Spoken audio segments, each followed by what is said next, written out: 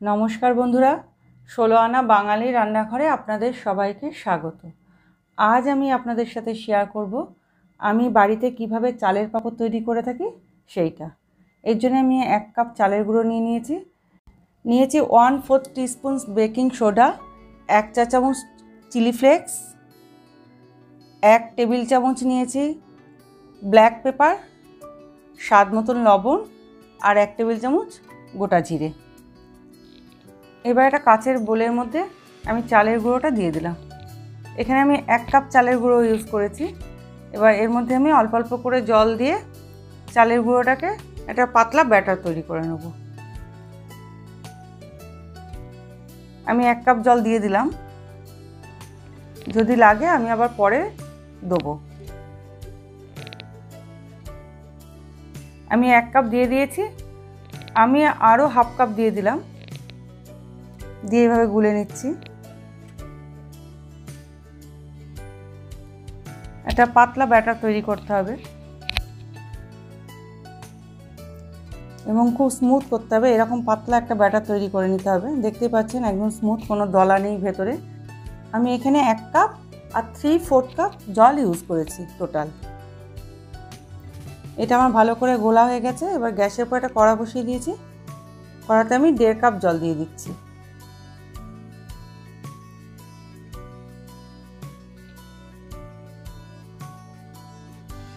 জলটা একটু গরম হওয়া অবধি আমি অপেক্ষা করছি। জলটা হালকা গরম হয়ে গেছে। এবার যে ব্যাটারটা করেছিলাম সেই ব্যাটারটা ঢালতে থাকবো আর এইভাবে নাড়তে হবে, নাহলে কিন্তু ব্যাটারটা তলায় দলা পেকে যাবে।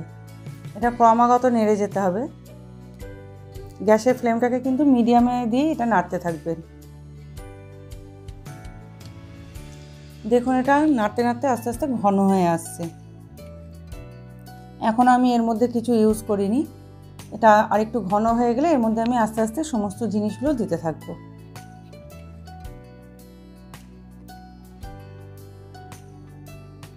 এবার আমি এর মধ্যে দিয়ে দিলাম গোটা জিরে, দিয়ে একটু মিশিয়ে নিলাম।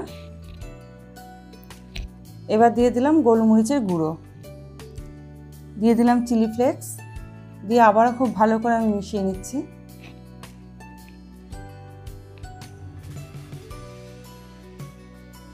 দিয়ে দিচ্ছি স্বাদ মতন লবণ।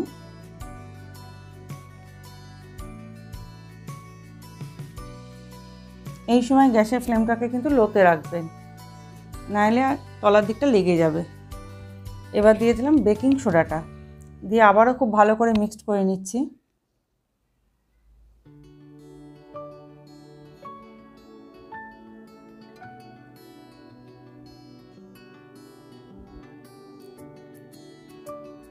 এটা আমার খুব ভালো করে মিক্সড করা হয়ে গেছে। এবার গ্যাসের ফ্লেমটাকে আমি অফ করে দেবো। অফ করে 10 মিনিটের জন্য আমি চাপা দিয়ে দেবো। আমি 10 মিনিটের জন্য চাপা দিয়ে দিলাম। 10 মিনিট পরে আমি ফিরে আসলাম। এটা অনেকটাই ঘন হয়ে গেছে। এটা এবার প্লেটে তুলে নিয়েছি। একটু ঠান্ডা হলে আমি পাঁপড়গুলো তৈরি করে নেব। ততক্ষণে আমি যেটার উপর পাঁপড়টা দেবো সেই পলিথিনটাকে রেডি করে নিই। আপনারা চাইলে থালার উপরও দিতে পারেন। আমি হাতে একটু তেল মাখিয়ে নিচ্ছি, দিয়ে হাতের মধ্যে একটুখানি নিয়ে এইভাবে গোল পাকিয়ে নিচ্ছি। এইভাবে পলিথিনটার ওপর দিয়ে আর একটা পলিথিন এইভাবে চাপা দিয়ে, একটা প্লেট চাপা দিয়ে এইভাবে আস্তে করে চেপে দিলাম। খুব পাতলা করবেন না, বেশি পাতলা করলে কিন্তু যখন শুকাবে ফেটে যাবে। আমি আবারও একটা করে দেখাচ্ছি। আর ওই পলিথিনটার ওপর আমি অয়েল ব্রাশ করে নিয়েছি।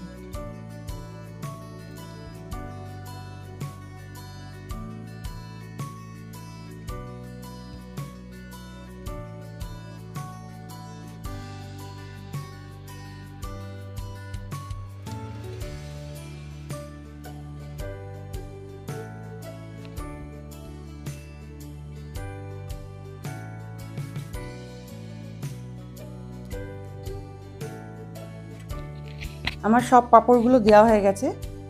এবার এগুলোকে আমি রোদে শুকিয়ে নেব। আপনারা চাইলে পাখার তলাতে রেখেও শুকাতে পারেন। আমি 2 দিন রোদে রেখে দেবো। আমি 2 দিন পরে দেখুন আমার পাঁপড়গুলো পুরো শুকিয়ে গেছে।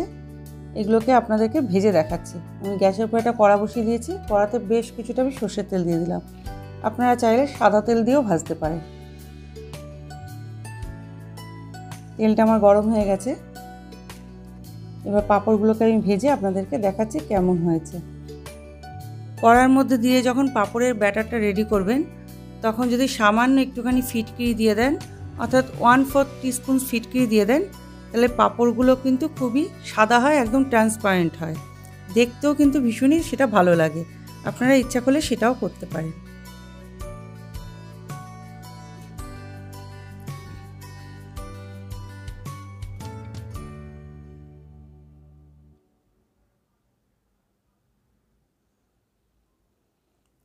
পাঁপড়গুলো সব আমার ভাজা হয়ে গেছে, দেখুন কতটা খাস্তা হয়েছে।